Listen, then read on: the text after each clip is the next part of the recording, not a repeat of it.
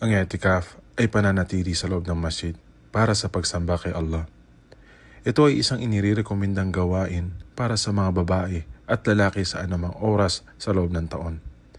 Sinabi ni Allah ang kataas-taasan, "At aming inaatas, kina Abraham at Ismail, inyong padilisayin ang aking bahay dasalan para sa mga nagsisiikot dito o nagsasagawa ng tawaf at sa mga nananatili rito sa pagsamba at sa mga nagsisiyuko at nagpapatirapa sa pagdarasal."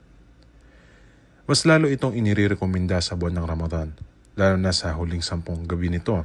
Ang sugo ni Allah SAW ay nagsasagawa ng i'tikaf sa huling 10 gabi ng Ramadan hanggang siya ay pumanaw. Ayon sa mas malakas na opinyon ng mga scholar, walang itinakdang pinakamahabang haba sa i'tikaf, kaya maaari itong maging wasto kahit sa maikling panahon lamang. Isa sa mga kondisyon para maging wasto ang i'tikaf ay dapat itong gawin sa loob ng masjid, gaya ng sinabi ni Allah, "At huwag kayong makipag-ugnayan sa kanila o sa inyong mga asawa habang kayo ay namamalagi sa masjid para sa pagsamba." Kinakailangan din na ang nagsasagawa ng i'tikaf ay malinis mula sa mga karumihang nangangailangan ng ghusl, tulad ng janaba o pagkatapos makipagtalik at regla. Ang babae ay kinakailangan humingi ng pahintulot sa kanyang asawa bago magsagawa ng i'tikaf. Hindi rin nararapat na siya ay magtrabaho para kumita o magsagawa ng pagbili at pagbebenta maliban kung may pangangailangan.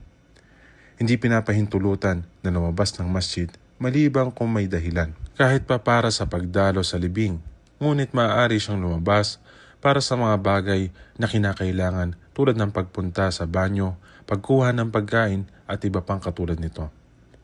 Pinahihintulutan din na linisin ang sarili, hugasan ang buhok at suklayin ito.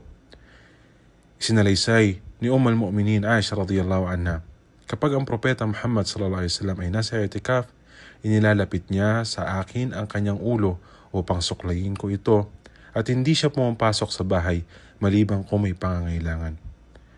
Ang iyong pagsunod kay Allah ay parang pagtatanim para sa kabilang buhay o akhirah. Kaya ingatan mo ito laban sa kakulangan at pagkakamali. Sinabi ng Allah ang kataas-taasan, "Ito ang mga hangganan ng Allah, kaya sila ay huwag ninyong lalapitan."